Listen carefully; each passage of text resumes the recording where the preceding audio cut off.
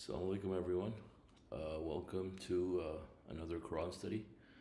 God willing, today we'll be reading from Surah 89, verse 11.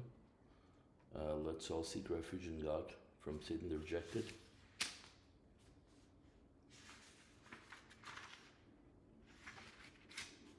From 88:11.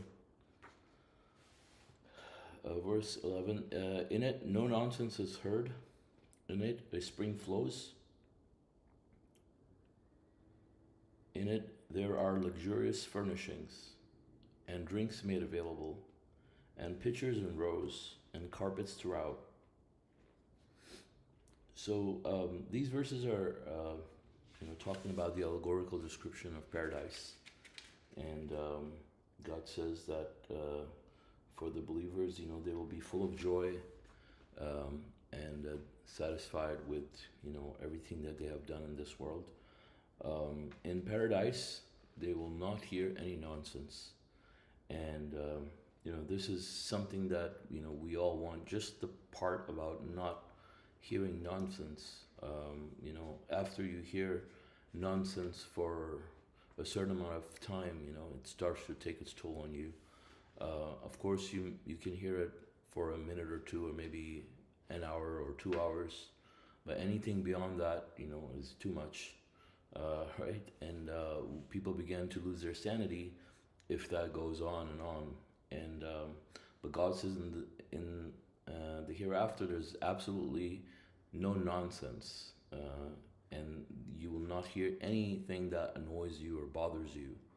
So you can imagine, the perfect peace that will be very calming and soothing and enjoyable for the believers.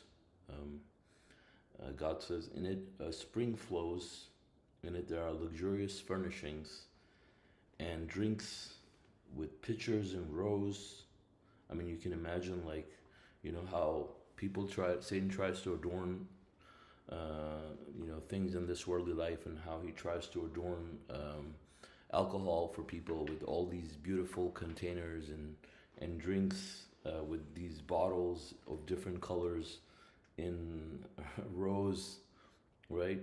But God describes that in the hereafter, it will be much better than we can imagine. But obviously, there are allegorical descriptions, so you can imagine that there are pitchers for you to drink from in rows. So, in other words, there's absolutely no shortage of blessings from God. I mean, you will have endless blessings.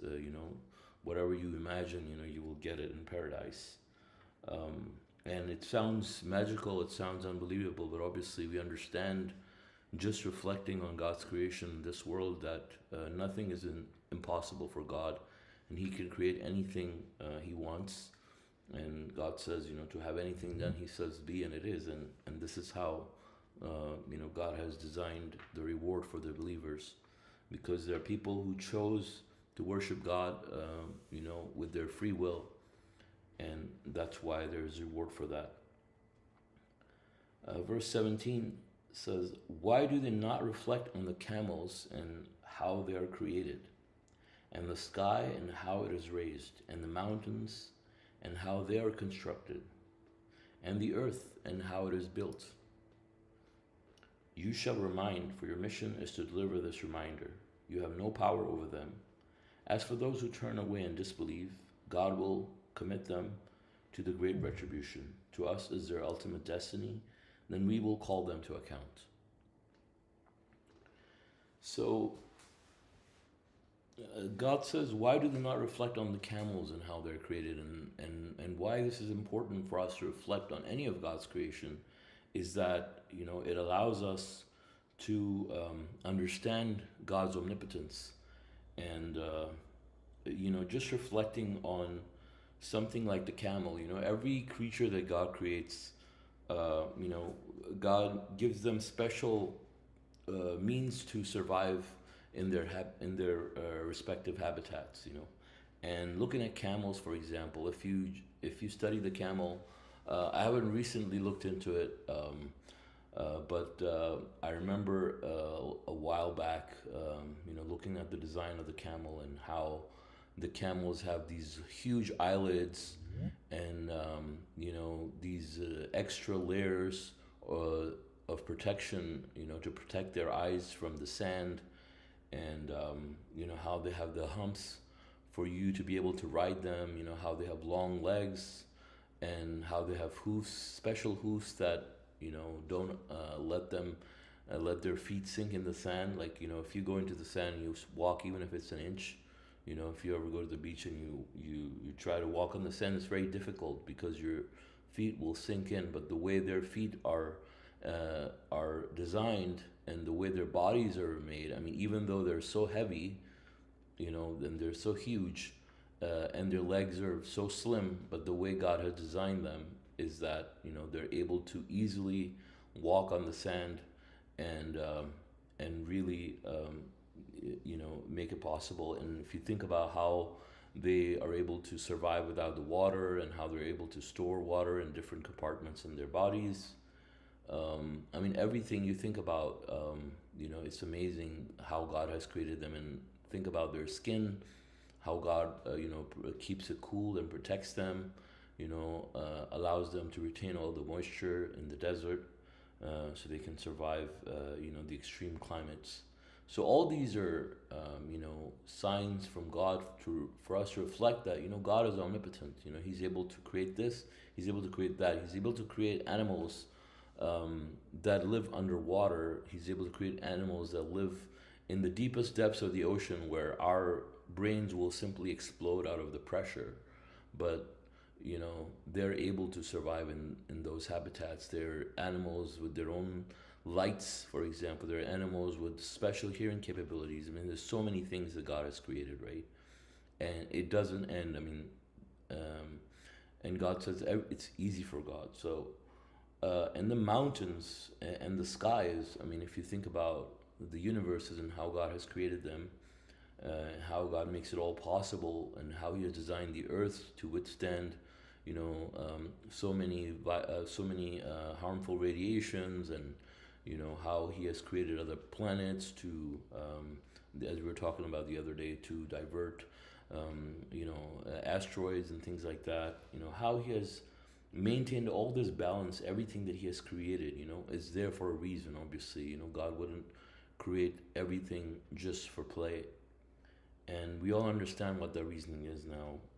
In order for us to be redeemed, for those who deserve to be redeemed. And God says, you shall remind, for your mission is to deliver this reminder. So this is the messenger's mission, is to deliver the reminder.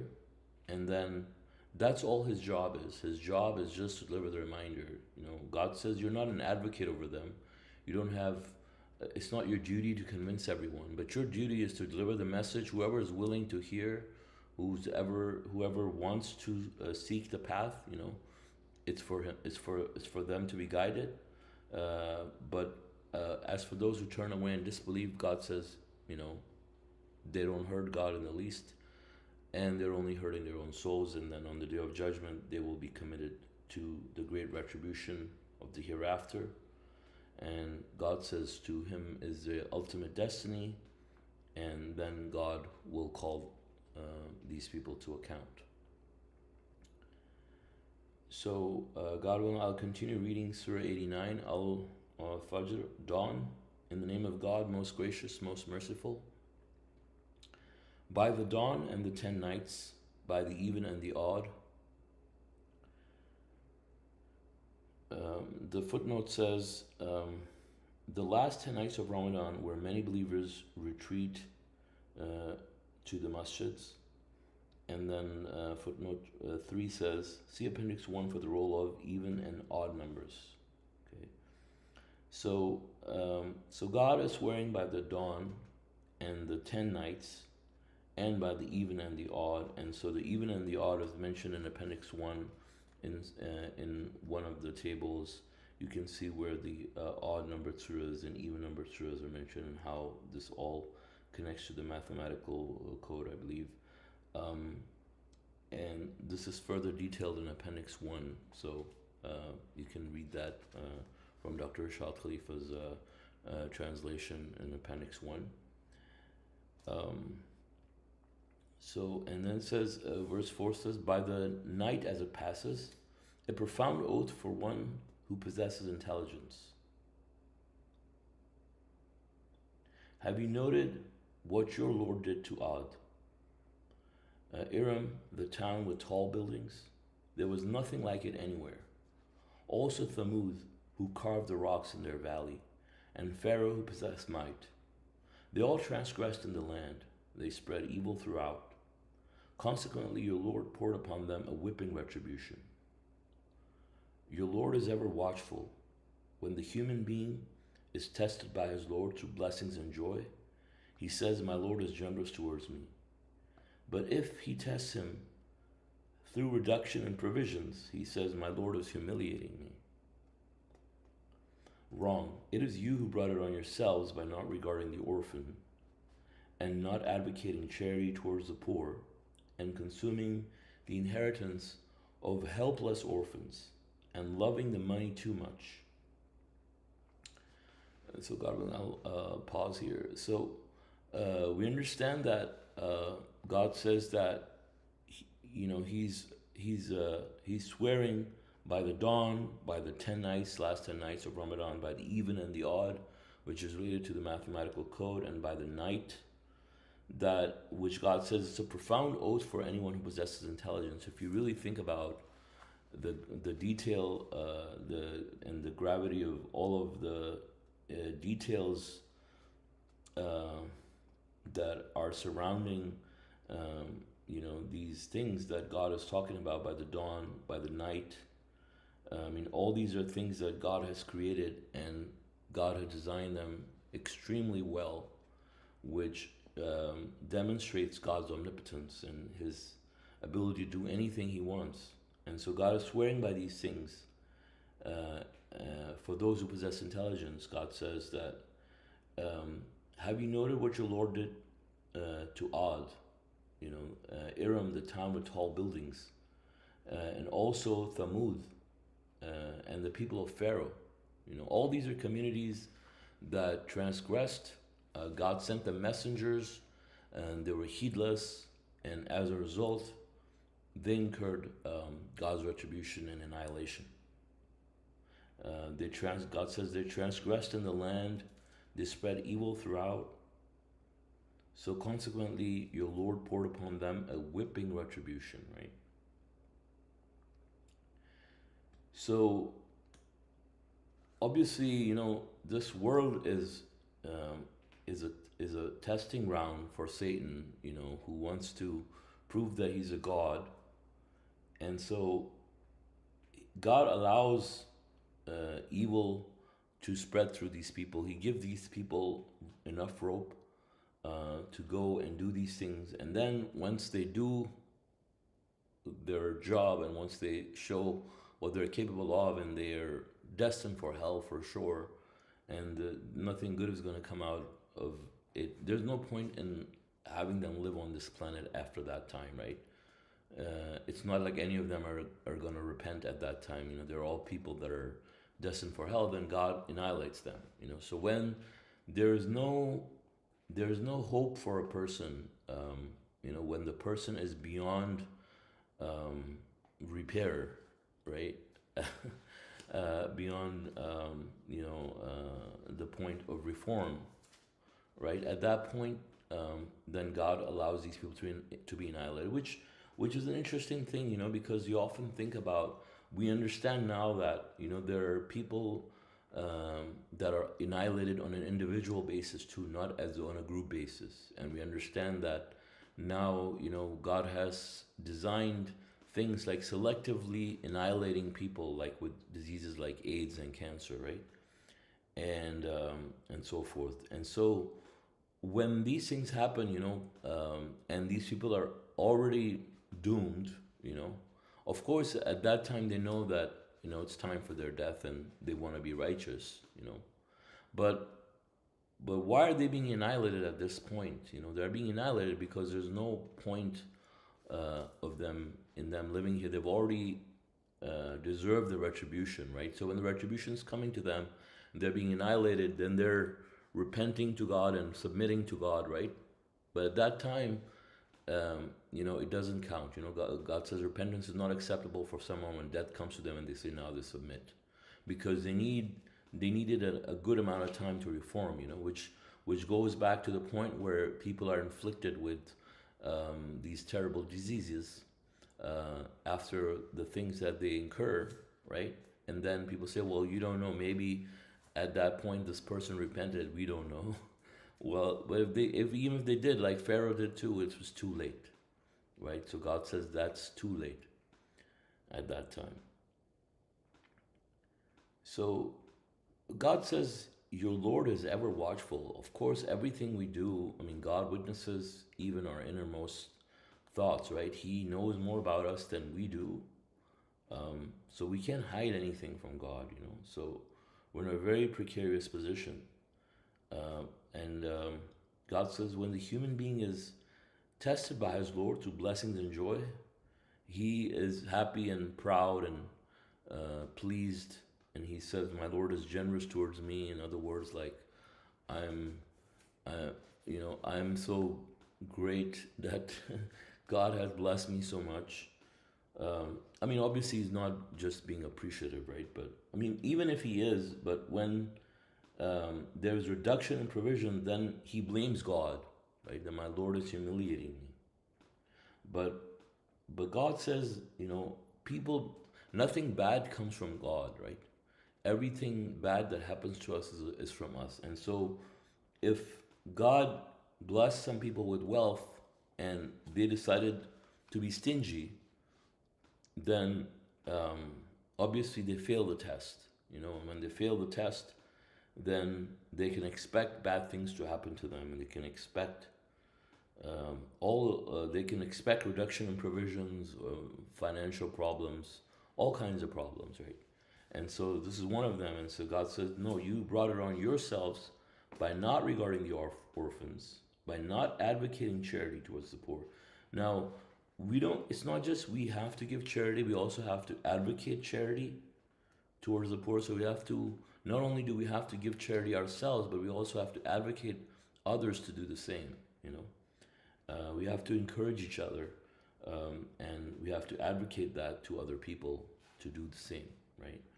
And also something that is very common, more common than we think, consuming the inheritance of helpless orphans. When people take advantage of the fact that someone's parents are not alive and they try to take over their properties. Now, this doesn't have to be strangers, right? This could be people within your family, people who may have more resources than you to be able to snatch, your property, or other people in favorable positions where, they can get away with, illegally occupying other people's properties. And so, this is a very difficult thing for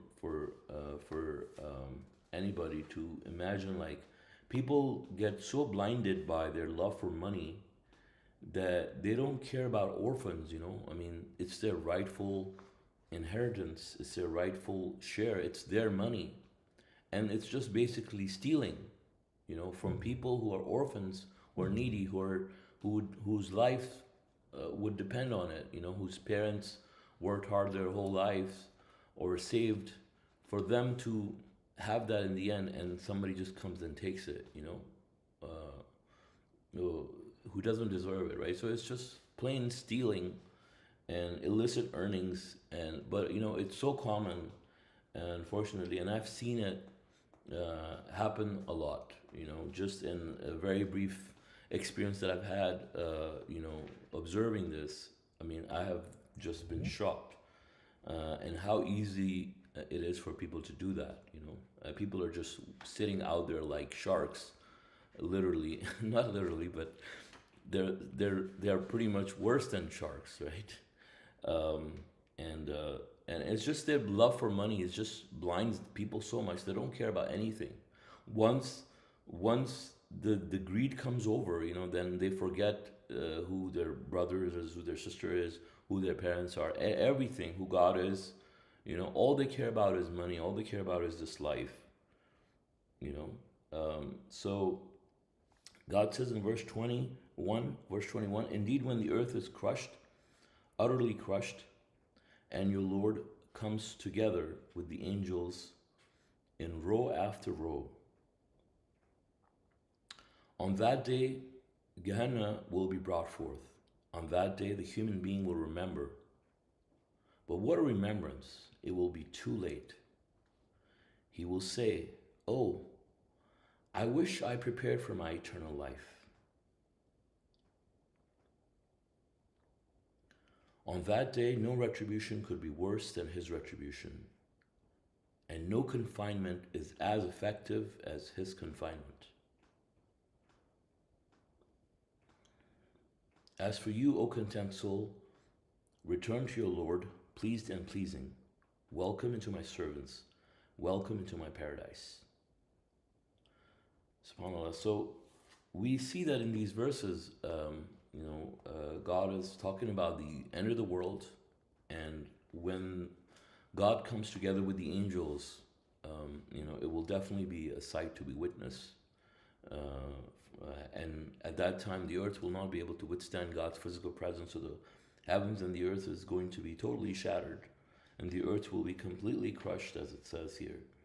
And then God says, on that day, Gehenna will be brought forth. So on that day, hell will be created. And on that day, the human being will remember too. And he will regret this time, wasting the lifespan that God has given them. I mean, think about it now, what everybody's doing, How many people are honestly thinking about God? How many people of all the billions of people that are alive right now, how many people are actually worrying about their eternal life and actually expecting the day of judgment to happen in reality, like who actually believing in it, right? Very few people. And so all of these people, are busy sitting. Some people are just heedlessly, absorbed in this worldly life. So all of these people are just gonna wake up on that day and remember and regret, and they will wish that they prepared for this life, but God says this will be the worst punishment anybody can ever imagine, right? And this is the most effective confinement. I mean, you see in this world, you have the strongest prisons in the world, and people can escape sometimes, like but in the day of judgment, God says his confinement there's nothing more effective as his confinement. No confinement is as effective as his confinement, right? So these people will have the worst confinement, the worst retribution. I mean, you think about the confinement in this world, think about it, like people that are locked for days without seeing the sun, and you think that their confinement would be effective, right? They're just completely, it destroys them, their psychology, everything, But God says on the day of judgment, it's going to be worse, right? It's for eternity, and it's worse than that, But for the believers, God says, as for you, O content soul, return to your Lord, pleased and pleasing. Welcome into my servants. Welcome to my paradise. So God willing, we all pray to God that, we could be one of those people that, this greeting is for, where God is, pleased with them, and they're pleased, and then God welcomes them as his servants, and he welcomes them into his paradise, So this is something beautiful. I mean, compare that to being thrown in hell, obviously, where everybody's cursing you and blaming you and fighting with you and shouting and yelling. I mean, this is obviously what every intelligent soul would want, without a doubt, right? I mean, if they truly believed, and so they would work for it right now. God willing, I'll continue reading Surah 90, the town, Al-Balad. In the name of God, most gracious, most merciful. I solemnly swear by this town, the town where you live, the begetting and the begotten, we created the human being to work hard to redeem himself. And the footnote says, see the introduction in Appendix 7 for the purpose behind our creation, right? So the purpose behind our creation is to, as it says in this verse, to work hard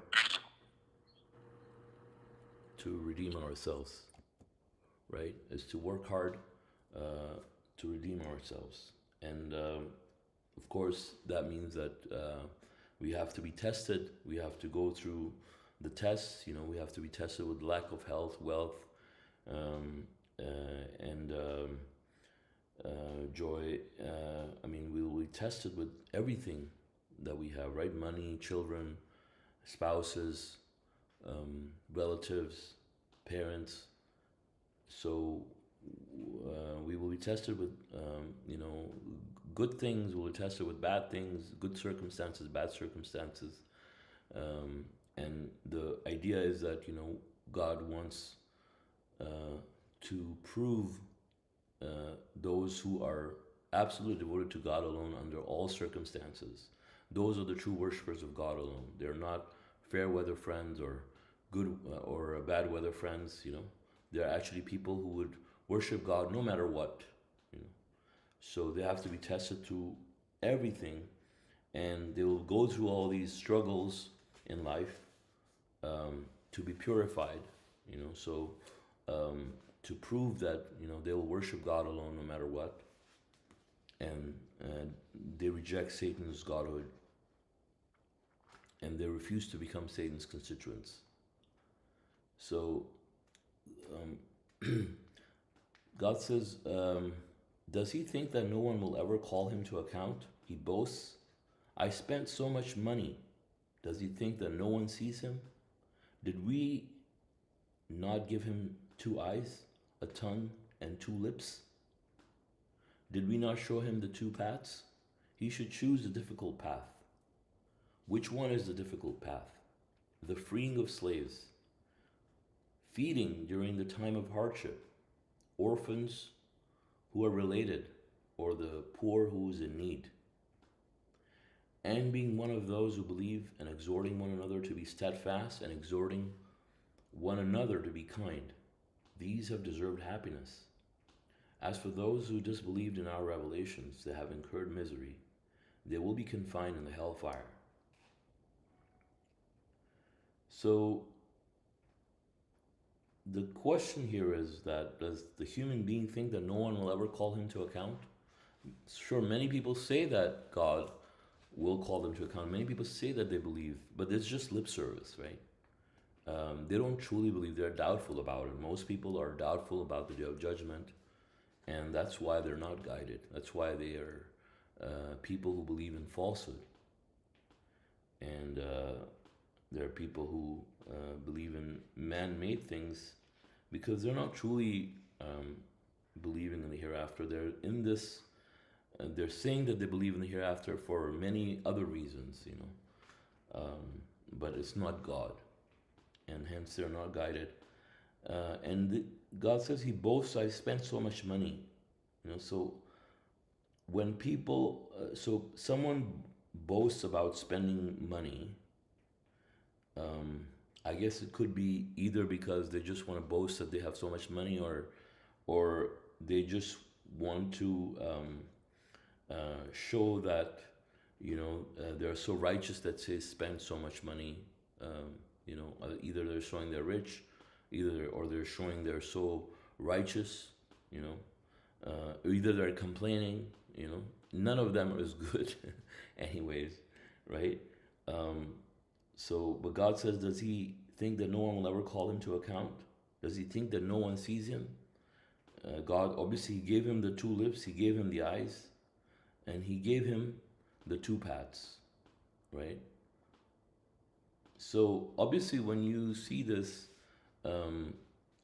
this is talking about spending. Now, here you have to spend for your hereafter, right? The difficult path, where it talks about the difficult path, freeing of slaves. Freeing of slaves could be a costly thing. Obviously, you'd have to pay a lot of money to free a slave. Obviously, slavery does not exist as we know it anymore, but still you may have similar situations where you may end up wanting to do something that requires you to pay a lot of money to help someone, right? Feeding someone during the time when you are yourself going through hardship and you have to help someone else. I mean, of course, if you're wealthy and rich and you have everything you need, and you need to help someone, it's easy, right? But it's difficult when you are going through tough times yourself, right? But obviously, God says he should choose that path. That's a difficult path. So it's pushing yourself harder.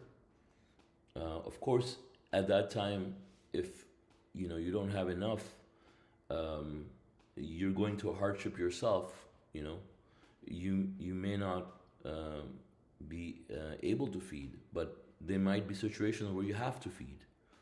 Let's say something happened and you have to do an atonement and you can't fast, or some other reason, right? But you have to do it, or you have orphans that are related to you. It could be your siblings, right? That could be orphans, or it could be your relatives, or because it says orphans who are related, or it could be just some people that are extremely poor and they're in need. And also exhorting others, being one of those who believe, and exhorting others to be steadfast, and exhorting others to be kind, right? So again, this is not just talking about just for you to be kind and just for you to be steadfast, but exhorting other people to do the same, right? It is often, and why is it one of the difficult paths? Because it is not easy sometimes to give other people advice. Many people don't like, especially many people don't like being given advice or wanting to be corrected. So it's a difficult thing. It could be sometimes intimidating even, but sometimes we may find ourselves in a position where we may think it's important to remind someone, right? But it's the right thing to do, right? It may be difficult, but it's the right thing to do. And so we should do that.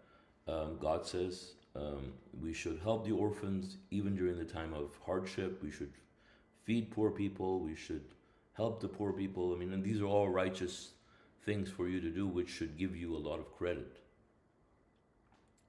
And God says these are the people, consequently, who have deserved happiness, right? So if you want to be one of those people to deserve God's blessings and happiness, then this is what you need to be doing. God says, as for those who have disbelieved in our revelations, they have incurred misery. They will be confined in the hellfire. And God willing, none of us will be deserving of that, inshallah. Surah 91, the sun, Ash-Shams, in the name of God, most gracious, most merciful. By the sun and its brightness, the moon that follows it, the day that reveals, the night that covers, the sky and him who built it, the earth and him who sustains it, the soul and him who created it, then showed it what is evil and what is good. So, God willing, I will stop here. So, the title of this surah is referring to the sun, our planet, and God says, God is swearing by its brightness, God is swearing by the moon, and the day and the night, and the sky, and him who built it, which is God, and the earth and him who sustains it, which is again God. The soul and him who created it, and then showed it what is evil and what is good. So God has given us a natural instinct that is placed on inside our hearts, and we inherently know when we're doing something good and we're doing something bad. That's why when you do something bad, you don't have to be educated to know, if you're doing something bad and totally evil. A lot of times you just know in your heart. So just as a human, you know these things, right? And these are instinct, this is instinctive knowledge that we all have. God has inherently shown us some of these things that we had already understand naturally. It's common sense.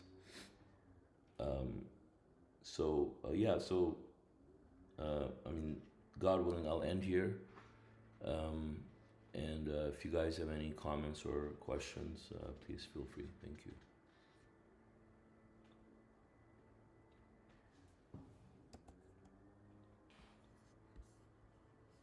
God bless you, mashallah. Hi, my name is Geeta, and can I ask a quick question? Okay, Can you hear me? yes, Gita, is it related to Hi. these verses? Yeah, Okay, sure. thank you, sir. Absolutely. So the question that I have is that it I'm not supposed to be fearing God because I can't remember the verse. You probably know better that says, a believer should not have a fear or have an anxiety because you're trusting in God and God running everything. I am nobody really. So, and that's why we all trust in God. And so I'm not supposed to be trusting myself. And every time I really honestly trust myself, that's where I'm fearful. I'm like, whoopsie, would I know what I'm doing? Which I don't. So my point is here is that if the believer is a person who really, really trusts in God and doesn't have any fear, then why do we fear of going to hell or heaven? Thank you. Does anybody want to respond to that?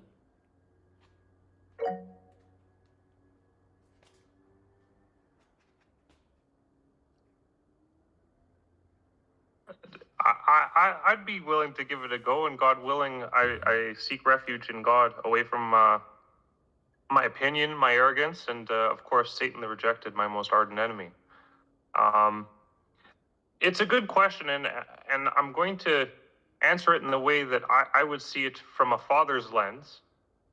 I love my children, and I'm not saying that there's any embolism or symbolism in between it. However, my children are very fearful of disappointing me, right? So, and it's not because I'm very harsh or anything like that. It's because they're scared that they're missing the mark, that they're not doing what is right, right? And that's the same for everybody.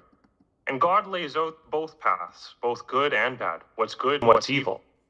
And realistically, because God does everything and He's in control of all things, we should be fearful, from my understanding, of disappointing God and going on the wrong path and straying away. And this is through falsehood, through following our opinions, through following our arrogance.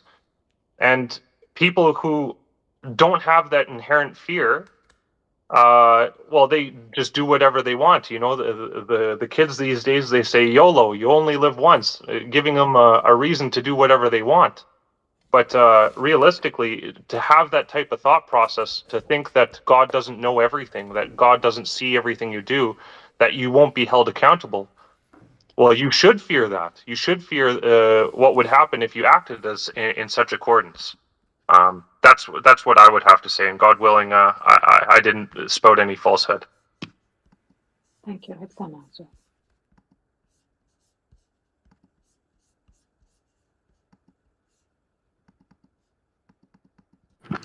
Yeah, I mean, all through the Quran it says you should reverence God. That's a very common theme. I mean, in Surah 42 and other places, I can't think off the top of my head. It says the believers they fear a day when the hearts and the minds will be terrified. You know, reverence keeps us in check. It's something to have a healthy balance of. Because if you don't, you'll become lackadaisical. And Yeah, mashallah. I also want to kind of echo everything that my brother said. So, there are specific verses. So, like this idea that we should not fear, um, we are not saying that we should not fear anything. We are saying we should not fear anything or anyone except God. Trusting in God is not the same as fearing God, right?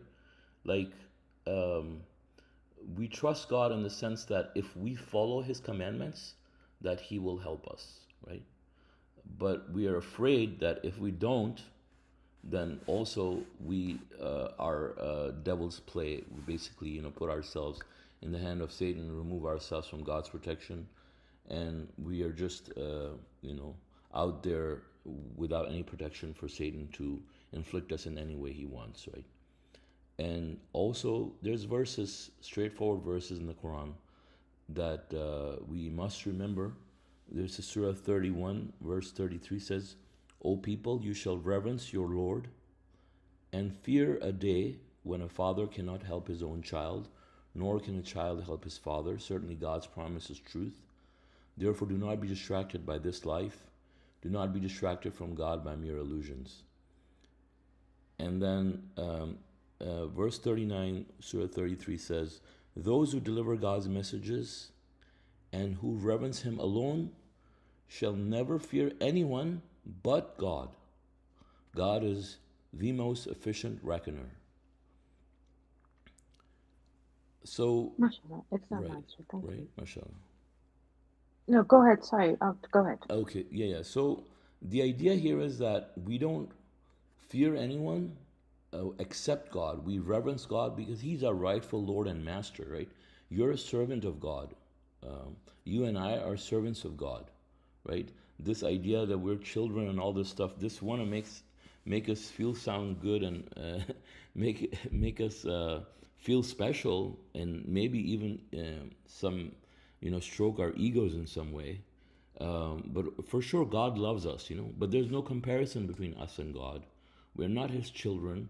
We are His servants who are created to serve Him and worship Him, right? Because this is what makes us who we are. God breathed life into us so we can worship Him. We're part of God, and so our happiness, our salvation depends on worshiping Him. So we have to be fearful, especially of the fact that you and I, we talked today about the purpose of our life to redeem ourselves, right? So you and I are basically halfway to hell because because of what happened before we ended into this world, right? We sided with Satan. We didn't side with God's absolute authority. We weren't like the angels. We doubted God's absolute authority, and we ended up coming here where the angels even said that we should go to hell, right? But God put us through this test. So we are literally halfway to hell, right? And so you and I could end up going to hell. So we have two options, If you're not afraid, you can become complacent and not worry and not do anything about it, right? But if you are fearful, then you will be cautious. If you're walking on a mountain, you're not afraid you can slip up. You're just gonna, straddle. Through this whole thing like carelessly, like in a clumsy manner. You're gonna fall down, right? Most likely. And so, the idea is that this world is very. It's something that God says. Like when God gave the freedom of responsibility to the mountains. God says even the mountains, to offer to everybody, right? Even the mountains that are very strong, we understand that, right? They're creatures and they refuse to bear that responsibility. But we humans, we were ignorant and egotistical and we accepted it. But why are they fearful? Because it's not an easy test. Our odds are against us, right? Which is why the majority of people are going to hell. So clearly the odds are against us that we will pass, right? And so we have to work extra hard. We have to be extra cautious of failing the test, right? So if you have an exam coming up and you're not worried about failure, then you're not gonna work hard. That's just the way it works. So you have to know that there's a possibility that otherwise you could also be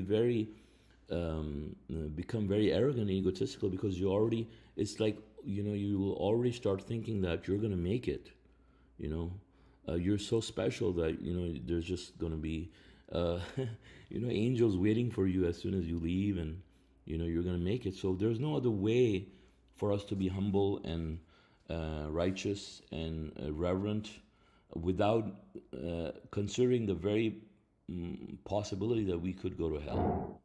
It's just a fact. Thank you. Excellent.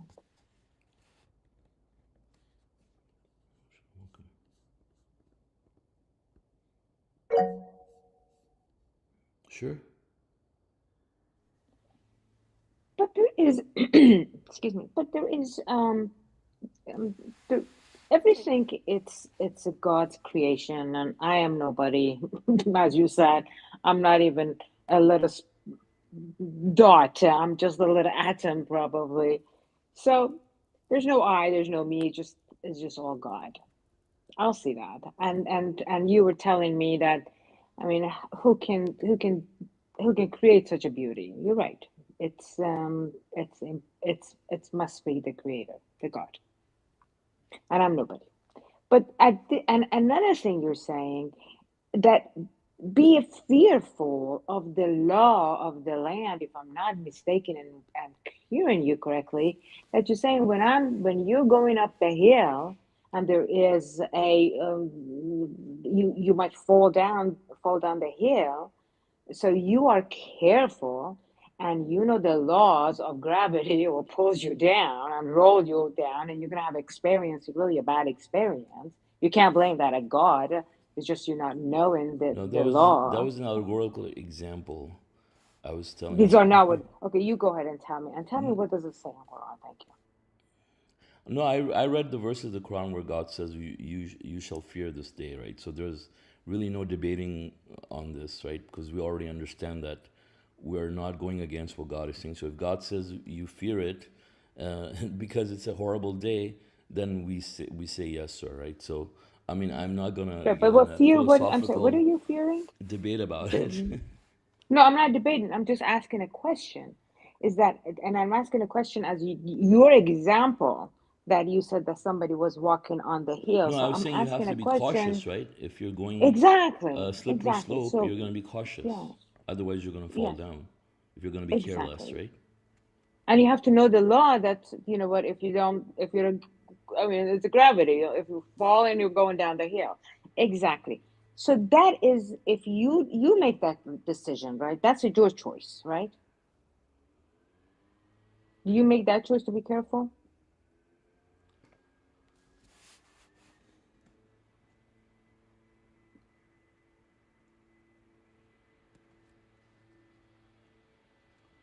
Sorry, you are asking me a question? Yeah, I said, do you have to be, it's your choice to be conscious, make a good decision, so you have the good consequences, or is that your choice? And is that what the religion teach us, to be nice, kind, giving? Is that a choice? That's the question. Yes, thank you. Does anybody want to respond to that?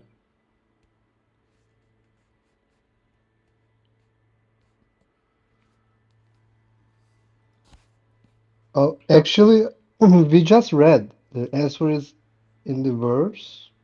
Three verses I can read. The last, let me find it here.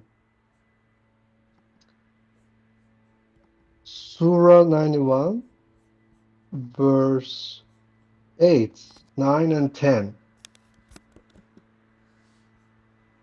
God showed it what is evil and what is good. Successful is one who redeems it. Failing is one who neglects it.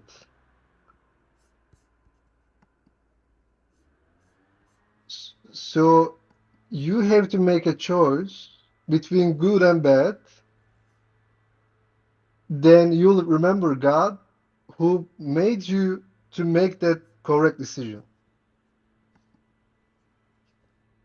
But if I neglect about the law, this is totally different ending.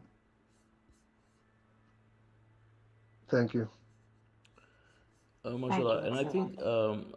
I also see Mashallah. another comment that you said that researching religion means having the chance to learn how others understand existence and our purpose. So I'm just wondering, have you read, sister? Have you read Appendix 7? No. I mean, I Okay, read it, but I mean, I read it. I mean, I read it. okay. But what is your understanding? What is your My message? understanding is What is the whatever it message? says. Yes, thank you. Oh, okay. Okay, yeah. Then, Yes. no, and I don't have any question on that. Thank you. Yeah, yeah. So I thought, like, you when you asked about the purpose, so the purpose is mentioned in Appendix 7, right? Yes, How yes, we came into exactly that. this world and uh, why we are created. So, okay.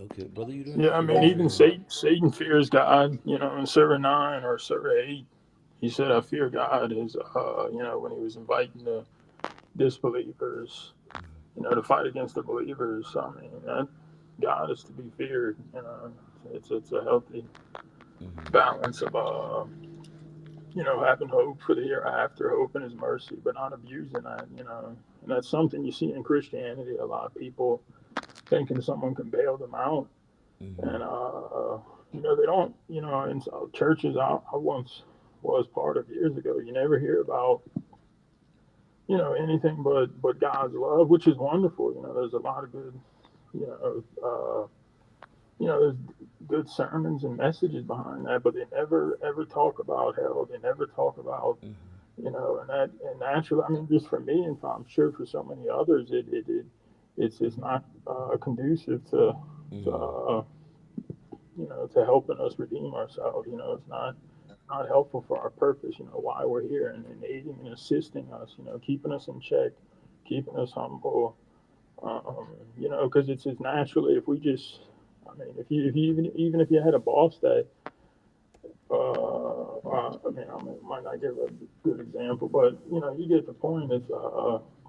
It's super important. I mean, it's a quality of God. I mean, his power, his strength, his magnificence. I mean, is so, I mean, intense. It's, we can't even imagine it. I mean, look at you know, how Moses, he fell unconscious just because of probably just the sheer you know, power, and so something like that is you know, definitely to be reverenced and feared, and you know, to have that good balance of hope, you know, His mercy, hope for the hereafter, but also not abusing that, you know, fearing. Because if you don't fear hell, you're not. It's almost as if you don't believe in it, you know, because it's you know, you have to, because if you really believe in hell and you know that it's a reality for humans, you know, it's gonna come. You're naturally gonna fear anybody like that really believes, and the hereafter is gonna fear that being a possibility, you know. So it definitely keeps us humble, as Brother Suleman said. It keeps us in check, you know, and you know, and even for me, it's you know, it's a deterrent from becoming complacent. You know, it's I mean, we see how God, you know, talks about this as a theme through the Quran.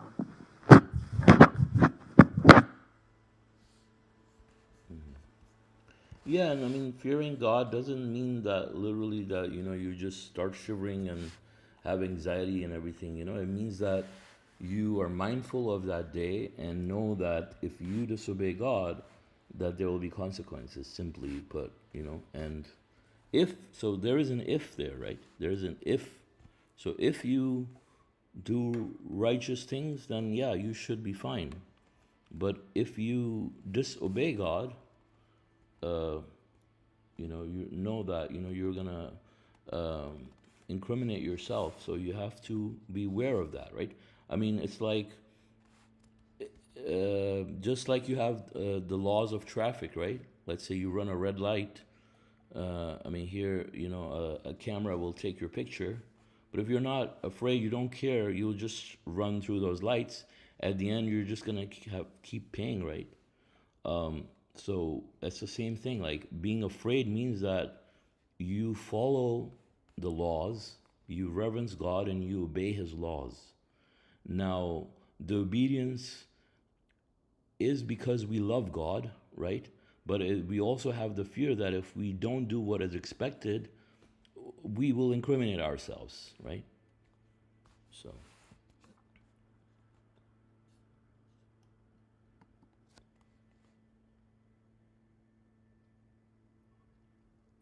okay, I think. Thank you. Excellent. Well said. Awesome. Thank you. You're God welcome, bless. sister. So I think MashaAllah, sister. Justin had a comment too. Let's see his hand go Yeah, up. just because maybe I heard the question wrong, but I think it was a question that the sister posed about predeterminism and free choice. The Quran, which we recognize as the Word of God, and it's stipulated by the many miracles within it, so the proofs are pretty evident. However, it says in the Quran, and forgive me because I don't know the exact verse, but it says that your will is God's will. So everything you decide is also God's will. And so everything is predestined, everything is written, everything is already, according to God, everything has already fallen in place. It is us experiencing it now. And the only choice we really have is either submit or go against the grain, going astray, right? And it's a difficult path to go against your natural stinginess, to go against your ego, to go against your arrogance. These are very difficult things to do. But ironically, God blesses you the more you decide to take that hard path, to take that on, because God blesses you with contentment. And anytime difficulties come, there's the story that's meant in the Bible. I don't know about if you're Christian or not from the past, but it's also stipulated in the Quran about Cain and Abel. Just because things go bad, you don't just start killing everybody, right? Just because things aren't going your way, you don't curse everything around you. You seek to be better and to ask God for forgiveness. Otherwise, you become against that, right? And the whole purpose of this universe, as God has stipulated, is to for truth to triumph over falsehood. Well, falsehood is going against God, right? And living in falsehood, giving yourself excuses and justifications, because that's what justifications are. They're little white lies we tell ourselves of why we can do things, right? So that's what everything is God's will, but ultimately, at the end of the day, the choice we have is whether we submit to God's will and seek for His guidance, or B, in our own arrogance and ego, we think we know better and then go astray, right? So I think that was the question, and forgive me if I'm incorrect. Excellent answer. Thank you so much. I learned from you.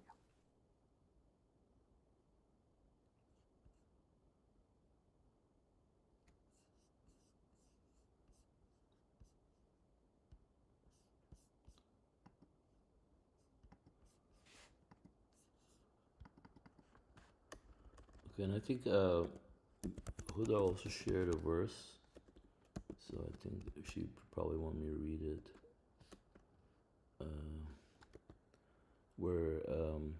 Well, there's several verses actually, but when God talks, if you search in the Quran about beware of, so there's many verses that I'm talking about bewaring of the day, right? So beware of the day when no soul can avail another soul, no intercession will be accepted, no ransom can be paid, and no one can be helped. And then there's like this was 248, then there's 123. So beware of the day when no soul will help another soul, no ransom will be accepted, no intercession will be useful, and no one will be helped. And then there's the 281 is very similar to the same. And then there's 131. It says beware of the hellfire, that awaits the disbelievers. And then there's 8:25 says, beware of a retribution that may not be limited to the evildoers among you. So we need to be cautious. We need to be aware.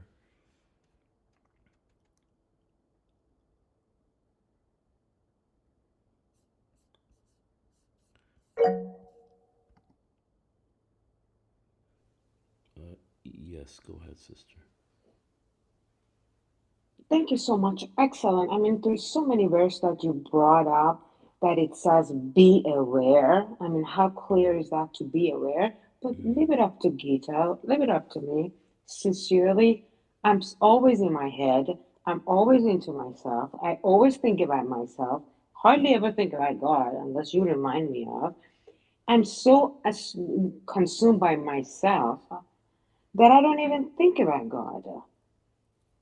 So, what does it mean to be aware? Is that aware that how careless I am not thinking about God, or what does it mean to be aware? And how can I be aware to be more with God? Thank you.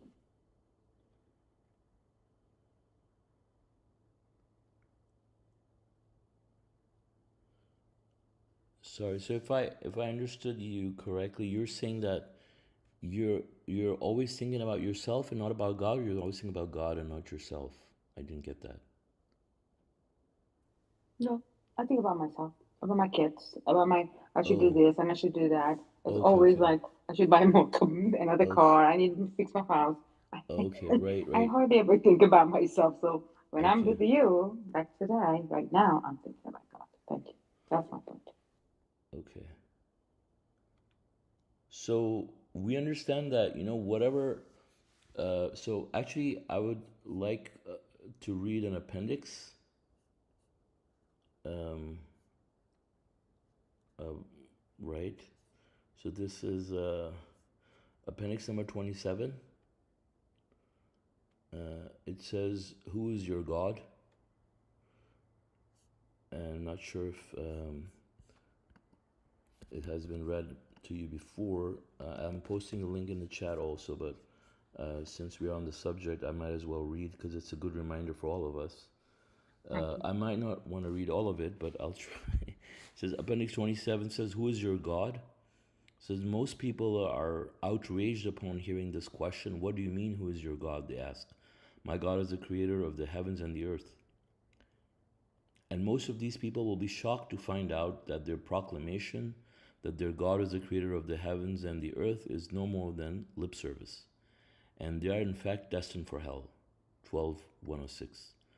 And it says, your God is whoever or whatever occupies your mind most of the time.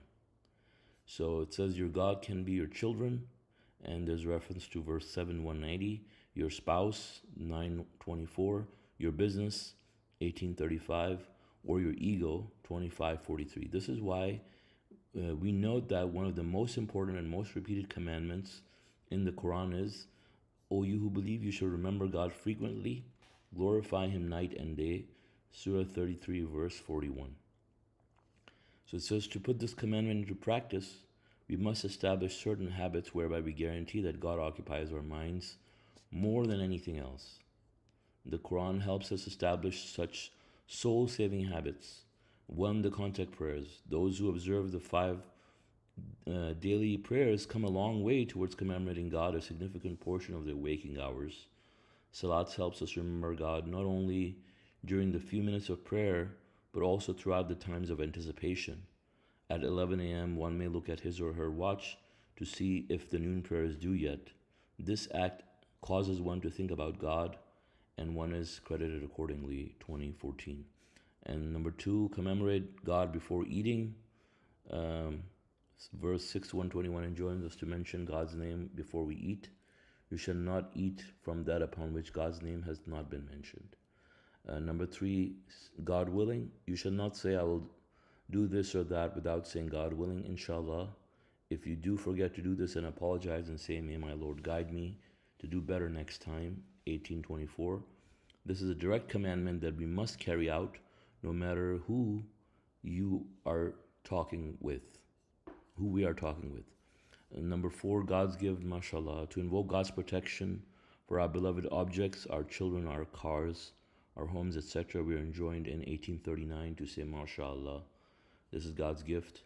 Number 5, glorify God day and night. When we eat anything, we shouldn't be like animals.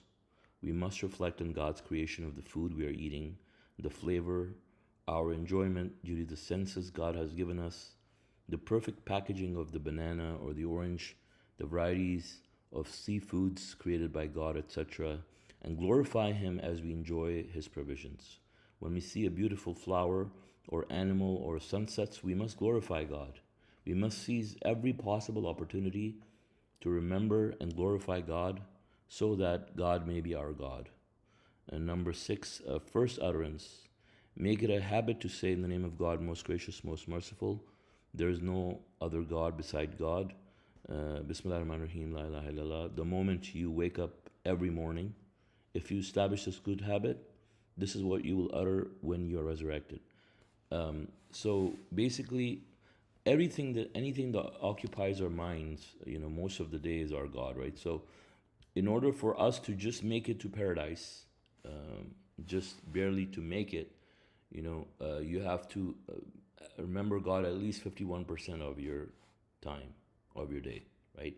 And if currently there is something other than that that's occupying your mind, so it's saying that based on Quran, that is your God, right? So you may say God is my God, but whatever is on your mind most of the day, that is your God that day, right? And if that's your whole life, then it becomes your God for your whole life. So at least majority of your day, 51% at least, just in order for us to make it to paradise, we have to remember God. Thank you. That was excellent.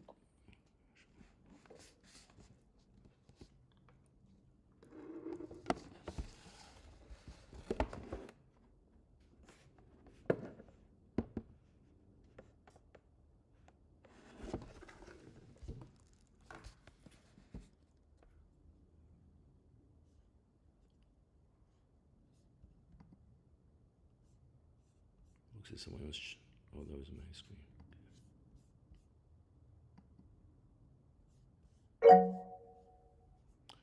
Yes, brother, you can just speak. You don't have to raise your hand. I don't want to skip anybody either. For 89:3, the verse you read, it was one of the first ones by the even and the odd. I think it's very, and this is more of a question or open to what I found, but it's it's establishing not only the validity of God's word as an oath, right? But it's giving all these examples of birth, and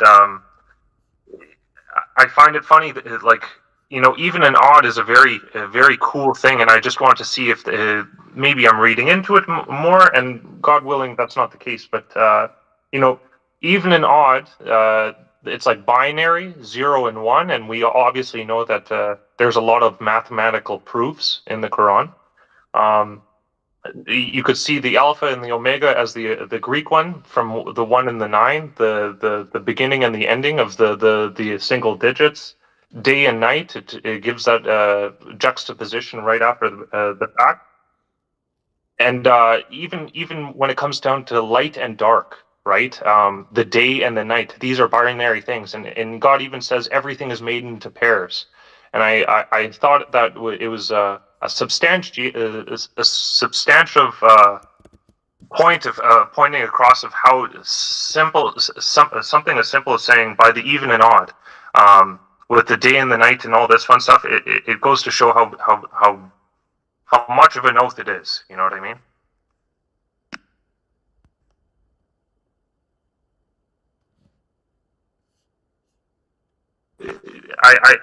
It's more of an open thing. Maybe I'm reading into it, but I would love people's inquiry on this as well. Like maybe I don't know. Sorry, Justin, do you want to repeat your comment? I didn't get what you were saying.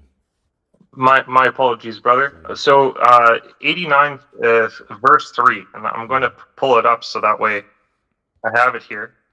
Says by the so I'm going to read it in the name of God, most gracious, most merciful. By the dawn and the 10 nights, by the even and the odd. Even and odd is if you look at it mathematically, you can see a lot of things of what correlates with even and odd, how substantial it is in terms of mathematics and the world in general. Binary is 0 and 1, which are even and odd numbers when you look at integers. This also resembles black and white, day and night, truth and falsehood. It's just male and female. Everything is made in pairs, right? And I find that I don't know. Maybe that's what I saw when I saw it. Yeah, mashallah. Also, as it says, for even and the odd, look at this appendix. So basically, if you look at the appendix 1, it talks about the odd numbered surahs, right? So I can't find there's one about the even numbered ones also. I'm not seeing that right now for some reason, but it's actually it's in appendix 24, I believe, right? Yeah, so most of them are in appendix 24 that are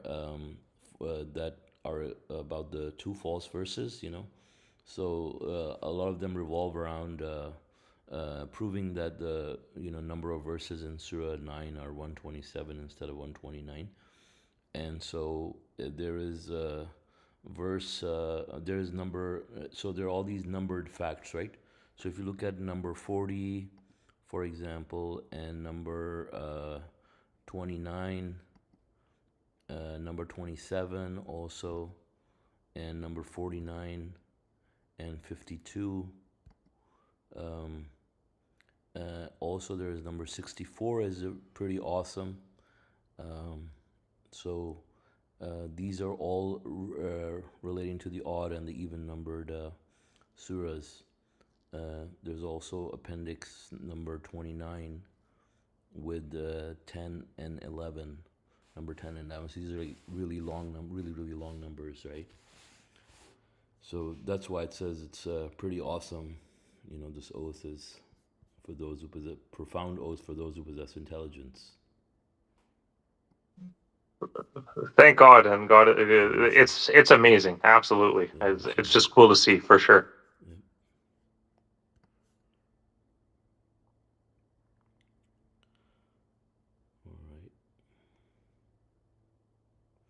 So are there any other comments or questions relating to the verses we read? Yes, I just have one quick question that brother brought about. Um, it's about duality to see what he was confirming in Quran. Then there is pure duality as black and white, good and bad, and he showed some verses that's confirmed. So the question is, when would be unity possible? If that is that I makes sense. When is unity possible? Since duality exists.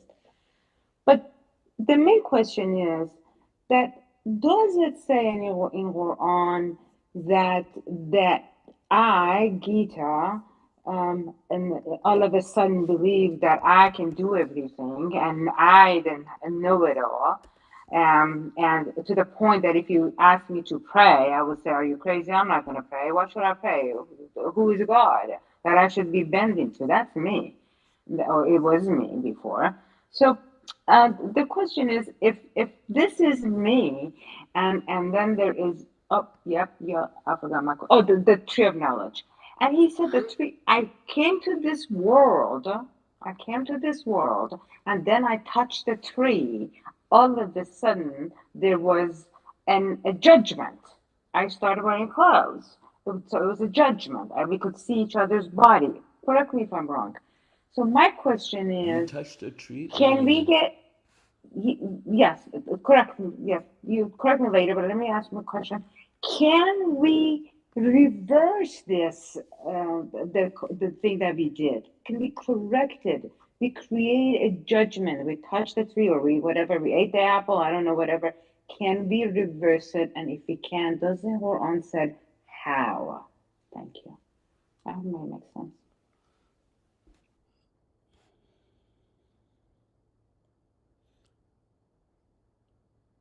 does anybody has a response for Sister Gita? Yeah, the apple was allegorical for disobeying God. I believe the messenger had talked about that, brother, sister. Yes, exactly. So what is the message there? I know it is, but what is the message? I mean, he says it because he Listening, had a message. Thank you. listening to Satan's message. When he came to Adam in the garden, you know, this the act of disobedience, what Satan invited Adam to do. You know,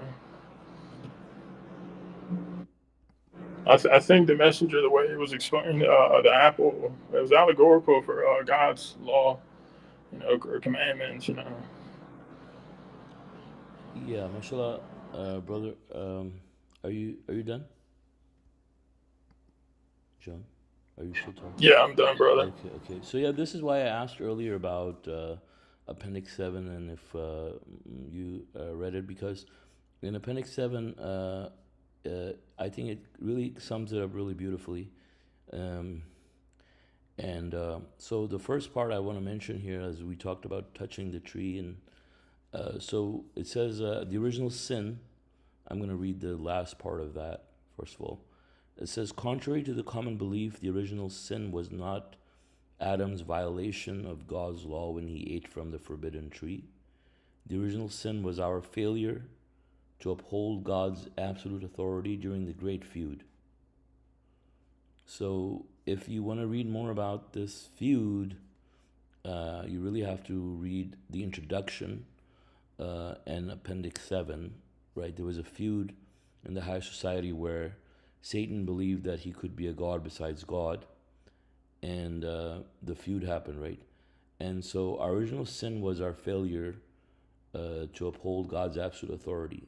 So now in this world, what you said about reversing, it says here in the same paragraph, it says, if the human convinces his or her jinn companion to denounce that original sin and uphold God's absolute authority by obeying him, both creatures are redeemed to God's eternal kingdom on the day of judgment.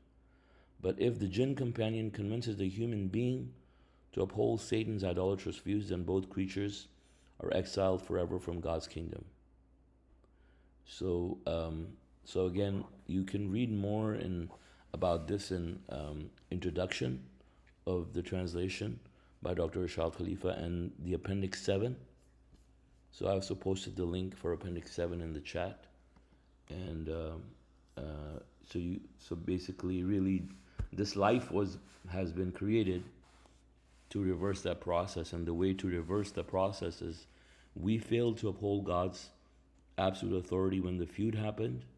And so now we have this life to prove that we will uphold God's absolute authority no matter what we go through. And we have to actually go through all of those commandments to follow them, to be redeemed, and obey him and uphold his absolute authority by making him our God. Mashallah, God bless all my teachers. Thank you so much. You're welcome, sister. I'll also post the link to the introduction. Thank you.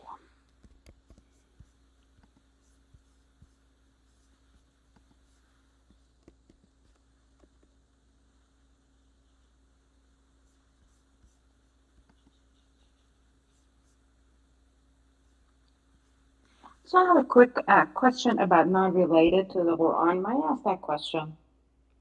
Not related to the Quran, you said? No, it is. But I mean, it is and it isn't. There is a study going on what's that website submitters running? Discord? Discord. Right. Can we have this study on Discord? That would be awesome because I have so many other friends, Iranian friends, that they would love to join here and learn from you. This is full of wisdom and it's incredible. Thank you. I mean, we have our own platform, so I mean, if they would like to join, they I can am, also join yeah, this platform, sorry, right? sorry. But is this the one that Navid is running? Is this the one that he's running, or he's administrator? Discord is the one that you're talking about, right?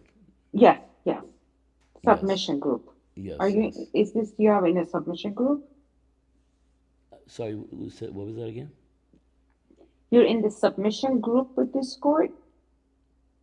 No, we're not in the submission group. We're using the submission app to do our Yes, see, studies. that's what Yes, I'm saying. yes. Yes, yes. So So that's how you joined the study, right? yes, yes. But I Right. wanted it to have it on a Discord, if have, or I can have my friends join here Yeah, they can also. join That's not here, of course. yeah. That, Okay. yeah, God willing. Awesome. Yeah, Inshallah. the thing with the other group that you mentioned, sister, it's that there is a lot of chaos in the group. This is focused. This is more focused. Uh, because it's just for submitters, right? And so the thing is, the idea here is this is a platform for submitters to advance their knowledge of submission further, right? These are people who have already decided that they're joining this group because they've decided to be submitters and they've decided to follow this message, right? But and this group is sort of focused on not really. I mean, it is in a way promoting other people too by the fact that simply our videos are broadcasted on YouTube and other platforms. But the active participants that are in the study that are talking, we're all already people who have decided to be submitters. They're not people who are like Quran alone Muslims or Sunni Muslims or Jews or atheists that are debating. But so it is different from that group in the sense that that group wants all those types of people to come and have debate so they can promote submission, right? Here it's a little bit different. This is for people who are just focused on learning and advancing their studies as submitters, period. So, and it's allowing other people to benefit from the recordings being available, but not to go back and forth and spread falsehood and things like that because in the Discord group, all people are welcome. Anybody can just say whatever they want, and that Mashallah. kind of not very focused, for us for our own benefit. So Yeah. Thank you so MashaAllah, much. brother. Mashallah, brother. Excellent. Yes, indeed. Because every one of us are for ourselves. I'm for myself, and I'm here for myself and my children. So this study helps me much better than trying to make a point. so MashaAllah, sister.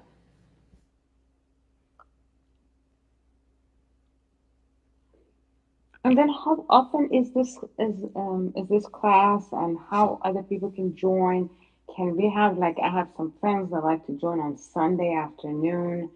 Is there any way that we can just join in on Sunday afternoons, like at 7 California time? Um, is there any way? And these ladies all submission from this. I mean, they're not like me. They're all very involved, and they mm, go to conferences and all of this. Can they have a platform like you on Sunday so they can teach everybody else's like you and everybody must come. so That's all I'm saying. our studies are every Saturday at 9:30 a.m. Pacific time, and then Okay, every Tuesday at 2 p.m. Pacific time.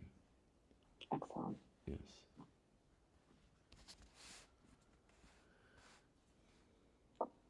Thank you. you're welcome.